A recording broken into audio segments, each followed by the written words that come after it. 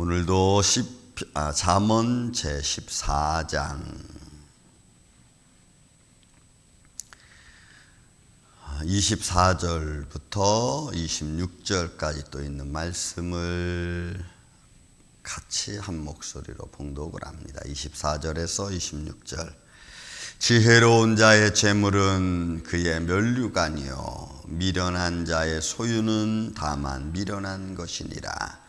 진실한 증인은 사람의 생명을 구원하여도 거짓말을 뱉는 사람은 속이느니라.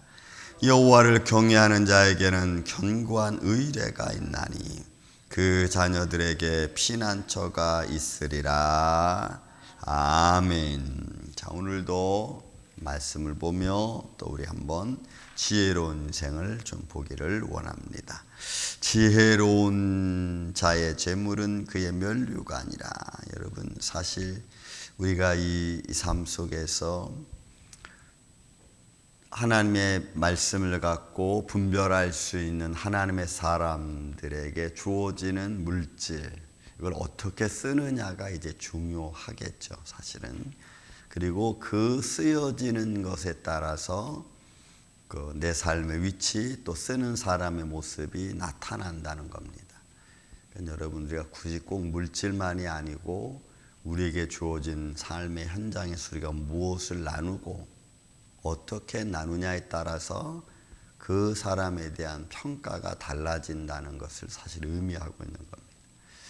여러분들은 삶에서 무엇을 나누고 있습니까? 요즘에는 사랑 나누는 것도 굉장히 사람이 좀 옹졸한 것 같아. 내가 사랑을 많이 주면은 그 사랑을 많이 준 것에 대한 실망이 많으니까 그냥 줄까 말까 막 이런. 도와주는 것도 도와줄까 말까. 왜? 요즘은 사람들이 자기 애가 너무 강한, 그리고 세상이 너무 험악하다 보니까 많이 줘도 문제, 안 줘도 문제. 준다고 해서 받는 사람이 감사하는 마음보다는 뭐 이런 걸 줬어, 뭐 이렇게 말하기도 하고. 그러니까 주는 것도 잘 줘야 돼요. 왜? 사람들이 요즘에는 아무튼 좋은 게 아니고, 그죠? 세상이 그냥 좀 험악해진 것 같아. 하지만 여기서의 표현은 나누는을 말합니다. 지혜롭게 나누는 자, 현명하게 나누는 자, 그에게 있어서는 그것이 그에게 큰 신뢰가 되는 것. 그래서 이 표현을 쓰는 겁니다. 지혜로운 자의 재물은 그의 면류와 그를 영화롭게 하는 것, 그를 번영하게 하는 겁니다. 그래서 우리가 무엇을 나누냐는 것은 인생을 살아가면서 굉장히 중요합니다. 어떻게 이웃을 우리가 배려하는 마음을 가질 수 있느냐, 또 그 배려가 나한테 시험이 되지 않도록 그것도 관리하는 것도 여러분 중요해요. 그래서 우리는 나누는 것도 잘 나눠야 됩니다. 오히려 나누고 나서 시험이 되면은 그 다음부터 안 나누고 싶죠. 왜? 나누는 걸 자꾸 시험하면은 누가 나누겠어요? 또 시기해서 또 시험하고, 또 나쁜 마음으로 시험하고, 이건 했는데 이건 또 안 해주냐고 그러고. 그래서 여러분, 우리는 나누는 것도 지혜롭게, 섬기는 것도 지혜롭게. 왜? 그래야 받는 사람도 주는 사람도 다 기쁨이 되기 때문에 그래요. 그러나 여러분 보세요. 미련한 자의 소유는 다만 미련한 것이나. 여러분, 이게 히브리어는 뭐로 되냐면 캐실 앤 미웰 웨트 두 번 단어를 반복 쓰고 있어요. 그러니까 이게 뭐냐면 이 앞에 나와 있는 미련한 자예라고 하는 말은, 이거는 미성숙한 삶에서 끌려가는 인생을 말해요. 그러니까 내가 완전하지 못하는 상태에서 나아가는 그런 행동하는 걸 말하는 거죠. 그러니까 그런 사람의 소유는 본문의 말씀처럼 다만 미련한 것, 이 소유는 다만 미련한 것이라는 것을 똑같은 단어를 두 번 쓰고 있어요. 유월웨트 두 번 쓰고 있어요. 그러니까 이거는 미련은 어리석은 행동이라는 겁니다. 그러니까 미성숙한 자가 소유하고 있고 그것을 나누는데 이것도 어리석게 나누는 거예요. 그러니까 거기에는 면류관이 될 수가 없는 겁니다. 그러니까 여러분, 우리가 삶을 살아가면서 우리의 삶이 내가 어떻게 행동하느냐는 참 중요한 거예요. 많이 가진 거 보이는 것도 위태롭고, 없다고 하는 가난함을 나타내는 것도 위태롭고, 그러니까 이러한 중도를 잘 지켜서 그것을 믿음으로 관리하는 그런 모습이죠. 그러니까 내 삶이 참 미성숙한 자의 모습으로 비춰지느냐, 아니면 어리석은 모습으로 비춰지느냐, 이런 모습들이겠죠. 그 다음에 25절 말씀 보면은, 진실한 증인은 사람의 생명을 구원하여도 거짓말을 뱉는 사람은 속이느니라. 진실한 증인, 이거는 여러분 지난번 어느 그 드라마에 보니까 그런 말이 나오더라고요. 자기는 죄인이 아닌데 법이 너무나 강압적으로 나를 죄인처럼 몰아가서 결국은 혼자 된 자기 말은 들려지지 않고, 그래서 범죄자로 낙인 찍혀가지고 20년 이상 옥살을 했습니다. 그리고 20년이 지난 뒤에 법에서 말하기를 당신은 무죄요 이렇게 말했다는 거예요. 그 사람이 아우성을 칩니다. 내가 처음부터 죄인이 아니라 내가 아니라고 얘기했는데 왜 당신은 그때 내 말을 안 듣고 나를 20년 옥살이 와 난 지금에 와서 나를 무죄라고 한다면 그걸 어떻게 보상 너희 해줄래? 그럼 한 사람의 말이, 잘못된 증인의 말은 사람을 죽일 수도 있고 여러분 살릴 수도 있어요. 그래서 여기서 말하는 진실한 증인은 생명을 구원한다는 것은 그가 어떻게 보면은 그 죄인이 저지른 그 사람이 아니라는 것을 자기 생명을 대신해서 증명해 주는 거랑 똑같다는 거예요. 그래서 예수님도 친구를 위하여 생명을 바치는 자가 가장 크다라고 한 말씀이 그런 모습이에요. 근데 요즘에는 이제 이런 말들은 어리석은 행동입니다. 여러분, 이런 말들은 어리석은 행동에 불과해요. 돈에 휘둘리고 진실로 말을 했다 갔다가도 어느 날 법정에 가니까 다른 말을 하고 있어. 알고 보니까 뇌물을 받았어. 요즘엔 여러분, 세상의 모든 진실이 다 감춰지고 있고 또 세상의 진실이 다 오히려 바뀌어지고 있는 시대입니다. 그러니 이런 세상 앞에 진실을 규명한다는 것은 대단한 용기죠. 이런 세상이 거짓이 진실처럼 되어져 가고 있고 진실은 거짓처럼 되어져 가는 현실 앞에 믿음을 지키고 믿음의 의의를 드러낸다는 것은 정말 어려운 거예요. 여러분들이 어디 가서 믿음 있는 모습을 보십시오. 그러면 사람들이 어머 참 고귀하다 이렇게 말할까요? 아이고 되게 잘난 척하네 이렇게 말할까요? 세상은 남이 잘하는 거 보면 괜히 시기해. 왜? 자기가 못하니까. 그리고 세상이 그래서 다 못하는 거야. 세상은 다 거짓처럼 진실처럼 돼버린 거죠. 이게 오늘날의 모습이에요.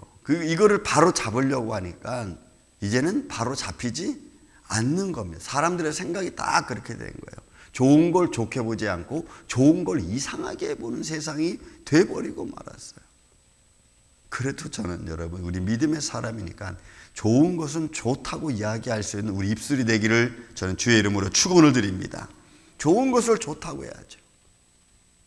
그리고 나보다 나은 것을 인정할 줄 알아야죠. 아, 그거 좋습니다. 그럼 나도 그걸 배우려고 노력하는 마음 가지고. 이거는 그냥 평범한 내용들이었어요. 그런데 그런 게 에씨 내가 왜 괜히 저 사람 따라 배워? 내가 그래도 나이가 있는데 이게 바뀌어버리고 말았어. 좋은 걸 배우려고 하지 않고 오히려 좋은 걸 시기해. 이상해져 버린 세상이. 그리고 거짓말을 뱉는 사람은 속이는, 이 속인다는 말이 미르마라고 하는 단어인데요. 이게 무슨 말이냐면 내가 처음부터 내 유익을 갖기 위해서 하는 말이야.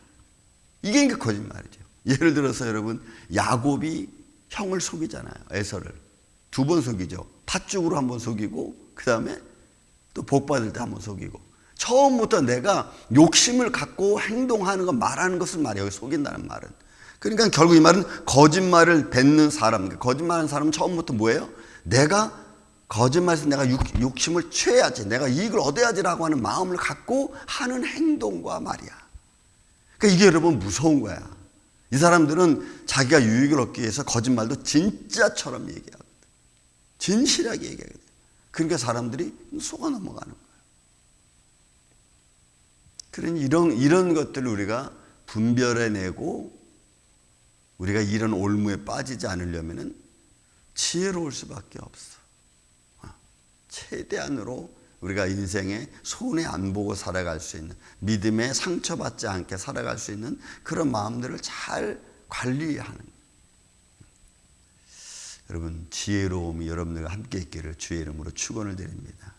저는 기도할 때마다 그런 기도해요. 계속 매일 기도합니다. 하나님, 제가 나이가 들고 혹 기억력이 약해지고 한다 할지라도 총명과 지혜와 명철은 식어지지 않게 해주세요. 계속 매일 기도해요. 저도.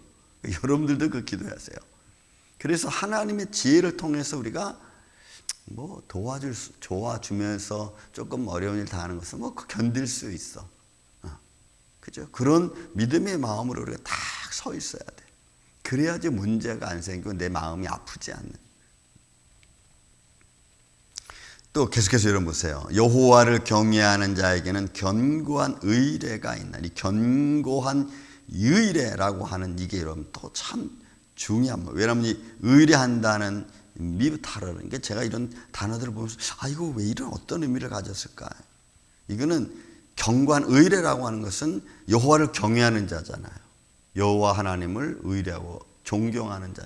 근데 그 사람에게는 뭐가 있냐면 내가 저 사람을 신뢰할 만한 그런 모습이 보이는 거야. 여기서 의뢰라는 그거야. 이 사람은 내가 신뢰할 만한 사람이구나라고 하는 거예요.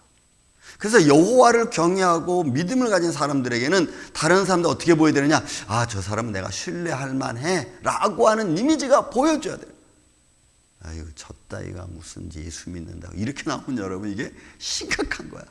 난 저 사람 때문에 교회 안 다녀. 여러분 이거 심각한 거예요. 그러니까 우리가 얼마나 중요한가 여러분. 제가 팔팍에 교회할 때도 초창기에 기도할 때 그때 막 교인들이 오고 있었어요. 그러더니 어느 날 저하고 이제 상담하는 중에 저분이 왜 이 교회 나와요? 왜요? 저분이 왜 이 교회 나와요? 라는 말에 내가 충격을 받았어. 교회는 그럼 어떤 사람이 나와야 되는 거지? 이 충격을 받았어. 그러니까 저분이 교회 나오면 왜 안 나와요? 그래서 내가 말이 여기까지 나오는데 내가 안 했어요. 이렇게. 여러분 저는 한 분 한 분이 사실 하나님의 부름받은 자고 하나님을 믿는 자이니까 우리의 삶 속에서 그런 모습을 갖는 게 여러분 정말 중요해요. 그래서 한 영혼을 죽이는 것은 내가 연자 맷돌 메고 죽는 거와 여러분 똑같아. 그거 누가 책임질 거예요? 그래서 목회자 한 사람이 중요하고 장로님, 권사님, 집사님 한 분 한 분이 너무 소중해. 왜? 그분들은 다 그리스도의 향기를 드러내야 될 사람들이잖아요. 그죠? 그래서 여기서 여호와를 경외하는 자에게는 견고한 의뢰가 있다는 말이 뭐냐면 여호와를 경외하는 자는 신뢰할 만한 그런 모습이 있다는 거야. 과연 나는 그런 모습이 있는가? 한번 여러분 우리는 좀 나를 돌이켜볼 필요성이 있어요. 나는 다른 사람이 나를 보면은 이분은 신뢰할 만해 라고 말하는가? 아니면 난 그 사람 이렇게 말하는가? 그러니까 여러분 하나하나가 우리가 어떤 삶을 어떤 모습을 가지고 살아가야 되는가? 우리 믿음의 사람들이. 이 잠언은 믿음의 교훈들을 우리에게 참 많이 주는 말씀인 것 같아요. 그리고 말합니다, 여러분. 본문 있는 말씀. 자, 그 자녀들에게는 피난처가 되는. 그렇죠? 그렇게 신뢰할 만한 사람이 있고 신뢰할 만한 어떤 모습이 있고 남에게 이런 존경의 모습이 있다면 그러면 그 자녀들에게는 여러분 뭐예요? 안전. 이 피난처라는 것은 마하세라고 하는 단어인데 이 단어는 원래 의미는 뭐예요? 하나님이 마련해 준 곳이야. 이 피난처가. 자, 자녀들이 여러분들한테 우리 부모님들은 내가 어떤 상처를 받아도 내가 엄마나 아빠 품에 가서 내가 평안을 누릴 수 있는 그런 인생을 여러분들에게 자녀들에게 주셨는지 아니면 엄마 아빠한테 가도 별 의미 없어 뭐 이렇게 되는지. 그죠? 그러니 부모로서의 삶을 살아가는 것도 여러분 이제 어려운 거예요. 어떤 부모의 위치로 내가 지금 있는가? 자녀들 눈에 비춰진 내 모습은 어떤 모습인가? 여기서 말하는 것은 신뢰할 만한 그런 여호와를 경외하는 자가 남에게도 신뢰의 대상이 되고, 그리고 자녀들에게는 정말 안전한 곳이 되는, 하나님이 마련해 준 것처럼 안전한 피난처. 그래서 수많은 상처를 받고 돌아온 자녀들이 부모님 집에 들어오면 편안하다 라고 느낄 수 있는 마음, 삶의 처. 여러분, 우리는 이런 모습이야. 저는 우리 임마누엘 교회가 세상에 많은 상처받은 사람들이 와서 위로받을 수 있는 교회가 되기를 주님의 이름으로 축원을 드립니다. 그래서 누가 오든지 간에 여러분 잘 영접하고, 마음에 상처받은 자리에 와서 기도하면 가서 위로해주고, 힘드시죠? 잘 오셨습니다. 그래서 위로받읍시다. 여러분, 이래야 되잖아요. 저는 지금도 기억나는 게 하나 있습니다. 제가 군에 딱 자대비치 받고 나서 그 얼마 안 돼서 한 주 지나서 교회 갈 사람들 나와. 그러니까 이제 막 나왔어요. 그때 이제 일병 쫙 줄 맞춰가지고 교회를 딱 갔어. 그 바로 이제 청주에서 군 생활했는데 갔더니 제가 한번 얘기 드렸을 거예요. 제가 이렇게 앉아 있는데 어느 분이 막 예배가 시작해 막 이렇게 조금 머리 숙여가지고 자리에 딱 앉더라고. 근데 우리 앞자리에 이렇게 앉으셨어. 근데 앉아서부터 기도하기 시작하더니 여러분 거의 설교가 끝날 때까지 계속 울면서 기도해. 내가 이렇게 예배드리면서 저분은 뭐 때문에 저렇게 울까? 뭐 여러 가지 이유가 있겠지만 저는 그 모습에서 뭐 하나 딱 그냥 저분이 울 수 있는 장소가 있다는 게 여러분 크게 아름다운 거야. 저분이 세상에 나가서 울기 아니고 지금 예배에 와서 그 앞에서 막 울면서 기도하는 그 모습이 너무 아름다운 거야. 그래, 우리가 하나님 앞에 와서 울고 하나님 앞에 와서 위로받는 게 여러분 최고잖아요. 세상에 나가서 한 게 아니고. 여러분, 저는 우리 임마누엘 교회도 많은 상처받은 사람들이 와서 위로받고 다시 힘을 얻고 마세, 하나님이 마련해 주신 곳, 정말 안전한 피난처가 돼서 많은 이들에게 위로 줄 수 있고 와서 상처 치료받는 우리 임마누엘 장로교회가 되기를 저는 주의 이름으로 축원을 드립니다. 그 일은 여러분들이 하시는 거예요. 여러분들이 한 말 한마디가 그 사람들의 마음을 치료해 줄 수 있으니까 그렇게 치료하는 마음으로 치료하는 인생, 그래서 하나님께 앞에 영광과 찬양을 드리기는 다시 한번 우리 임마누엘 교회 되기를 주님의 이름으로 축원을 드립니다. 사랑과 은혜가 많으신 아버지 하나님, 감사합니다. 하나님의 품 안이 오늘 우리 안에서 위로가 되게 하여 주시고 하나님의 말씀이 우리의 상처를 치료해 줄 수 있는 능력이 되게 하여 주시옵소서. 주님, 여호와를 경외하는 자의 의뢰가, 신뢰가 그의 자녀들에게는 피난처가 된다고 했습니다. 주님의 몸된 교회가 또 사랑하는 성도들의 인생의 삶이 많은 이들을 위로하고 저들의 상처를 치료해 주고 함께 할 수 있는 그런 믿음의 길을 걸어가고 믿음을 나눌 수 있는 교회요 성도들 되게 하여 주옵소서. 오늘도 이 아침에 이런 말씀을 듣고 우리 인생 하루를 살아갑니다. 이 하루 동안에 있을 많은 일들 안에서 위로할 수 있는 복된 하루가 되게 하여 주시옵기를 원하오며 사랑이 많으신 예수님의 이름으로 기도하옵나이다. 아멘. 하늘에